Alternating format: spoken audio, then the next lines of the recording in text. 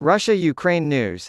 Zelensky must personally decide whether or not to negotiate with Putin.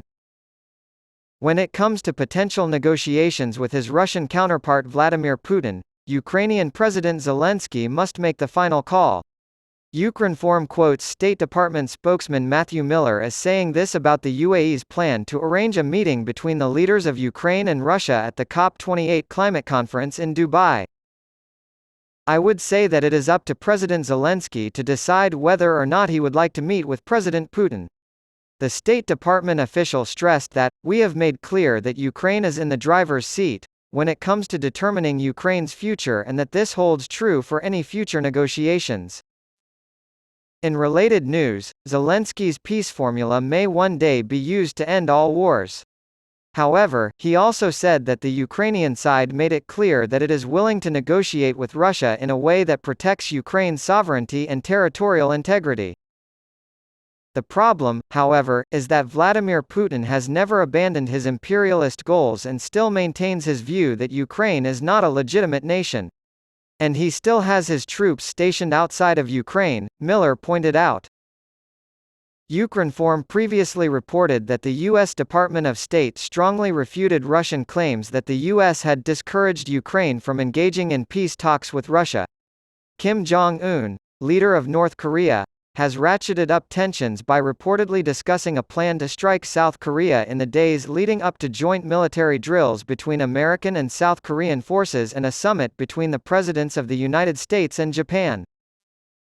At a meeting of the Central Military Commission of his ruling Workers' Party on Thursday, Kim called for securing more powerful strike means for carrying out the mission of war deterrence, according to the official Korean Central News Agency.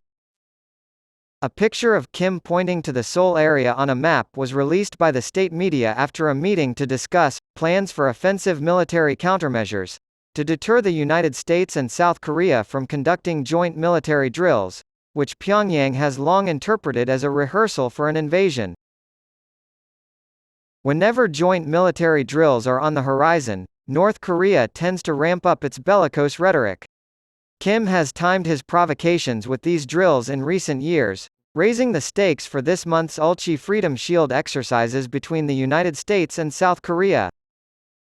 When meeting with South Korean President Yoon Suk-yeol and Japanese Prime Minister Fumio Kishida on August 18 at the Camp David retreat in rural Maryland, President Joe Biden is expected to discuss ways to deter North Korea from using its nuclear arsenal. This may be one of the most important security talks ever held between the three heads of state.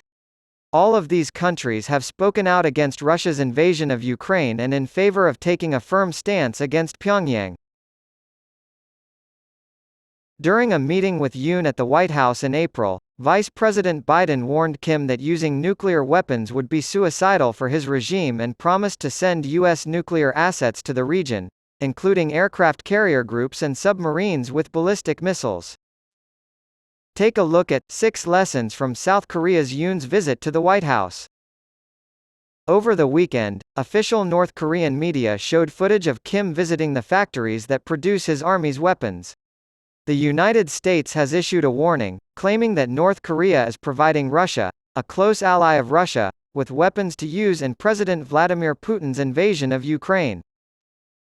At a military parade in Pyongyang on July 27 commemorating the 70th anniversary of the end of the Korean War, Kim displayed his latest missile capable of delivering a nuclear warhead to the United States, in the presence of high-level delegations from Russia and China.